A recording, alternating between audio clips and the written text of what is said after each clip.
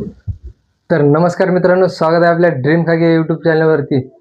2011च्या जनगणनेनुसार आपल्याला भरपूर प्रश्न पाहायला मिळतात, पण आज 2027ची जनगणना सुद्धा होणार आहे. ते म्हणजे 2027ची जनगणना हे डिजिटल स्वरूपात होणार आहे. ते तशीच डिजिटल स्वरूपातली जनगणना 1931 मध्ये झालेली आहे आणि त्याचबरोबर आता 2027 मध्ये सुद्धा होणार आहे. याला निधी प्राप्त झालेला आहे मित्रांनो 11,718 कोटी रुपये एवढा निधी प्राप्त झालेला आहे 2027च्या जनगणनेसाठी.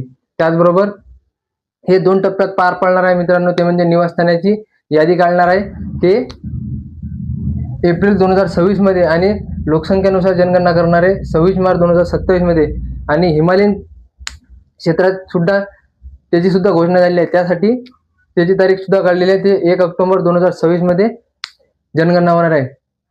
धन्यवाद.